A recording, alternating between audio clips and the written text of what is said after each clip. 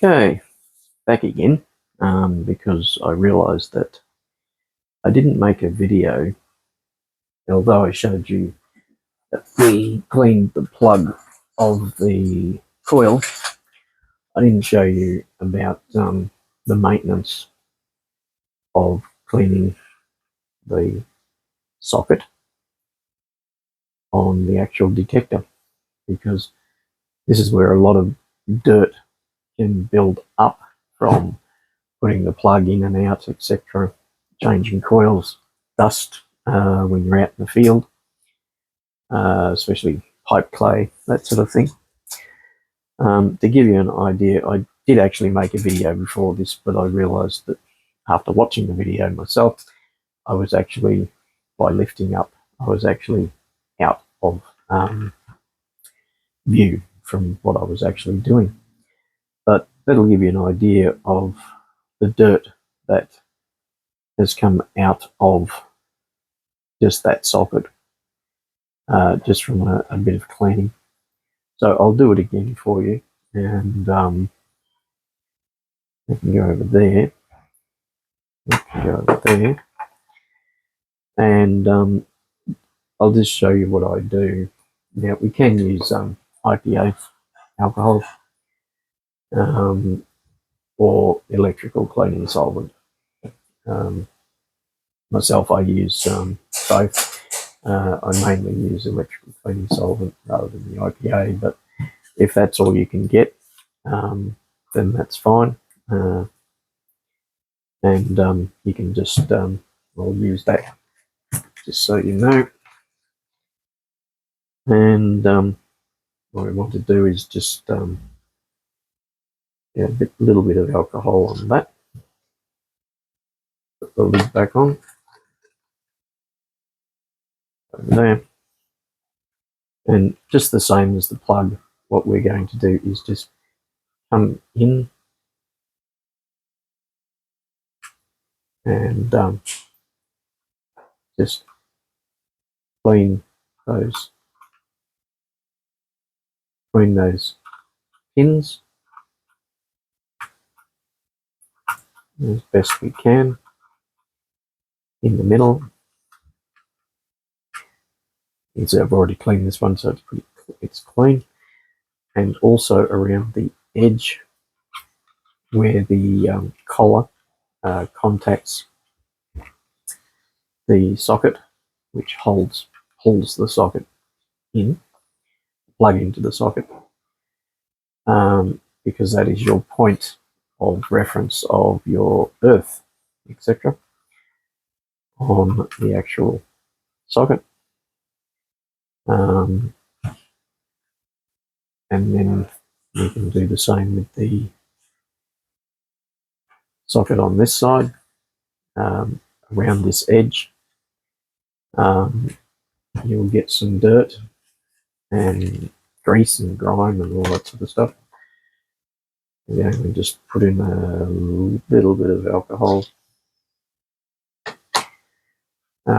Alcohol and electrical solvent cleaner will air off very quickly and rapidly. Again, we'll try and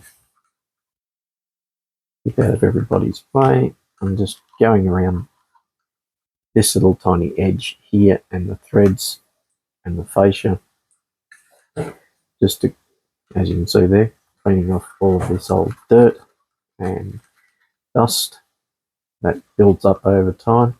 This is just part of, maintenance that you would do on your detector.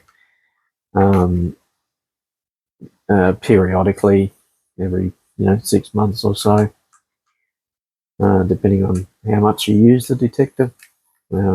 If you're, say, once a week you're out detecting or something like that, do it once every 6 months, 8 months.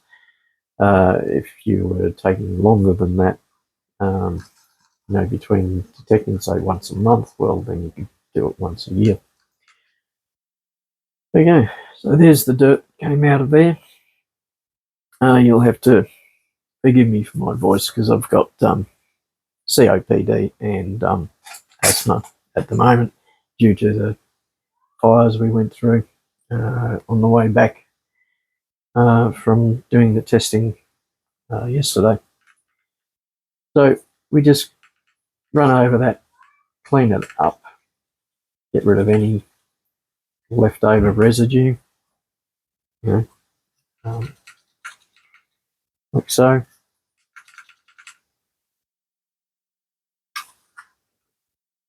Just around the outside of that, making sure that it's nice and dry and clean, like so. And while I'm there, I'll just use one of these brushes, which just a standard large paintbrush, soft bristled, and I just go through and I remove the dust from the detector, especially the dust that collects in the ears, which you can't do on a detector that has no ears, which people who watch Woody's channel will know who No Ears is. It's a detector that's had the ears broken off. It's called No Ears. Same as this one, which was the body of this is Mr. Velcro, because of all the Velcro. This is the 4500.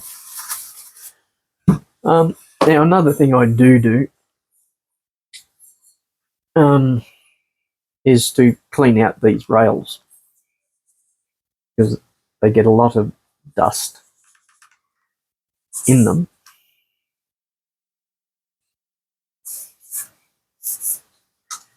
And if it builds up too much, it becomes very hard to connect the box onto the detector because of the rails being clogged. Now with this, I just use a little bit of WD-40 on a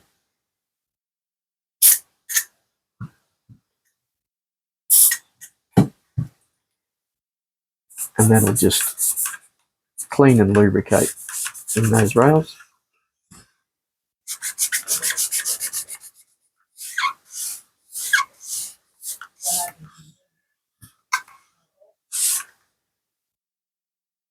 Making a video. Okay, sorry about that. Yeah, so we'll be just cleaning that up, and it just makes it glide on a bit smoother.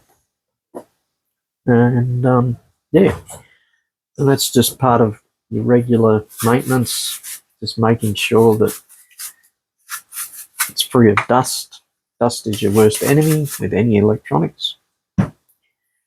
Dust and dirt. As you've seen yesterday when I was testing the 4500 with the 20-inch coil, it completely stopped the coil from working, on the detector from working, and all that was just a build-up of dust and dirt. So I'd highly recommend keeping these clean. As I said, I use the caps on the detector, which keeps the socket in the plug clean, which you can get from Bunnings. They're just a 12mm kitchen chair leg end, and they're a 12mm in diameter, and they fit on those plugs perfectly. And yeah, and that's about it. Just makes the detector nice and clean. Helps with in the field where you're not going to get a build up of dirt and grime in the connectors, etc. So thanks for joining me on this quick video on fixing up and doing a little bit of maintenance. This is what I do after every detect, and they'll just do a general cleanup of the actual unit, get rid of all the dust and everything else, so that it's ready again for when we go out in the field the next time. And I do that to all my detectors. Same with the algo, with the screen, clean that, and all that sort of stuff. And yeah, so IPA or electrical solvent cleaner is a good way of cleaning out all of the plugs and stuff like that, and a good brush for cleaning that out. I'll just zoom out, and yeah. So again, thanks for joining me on this little quick tip, and we'll catch you out in the field shortly and get some more testing done and some more videos on variable gain and the dampening. And yeah, see you then. Thanks very much.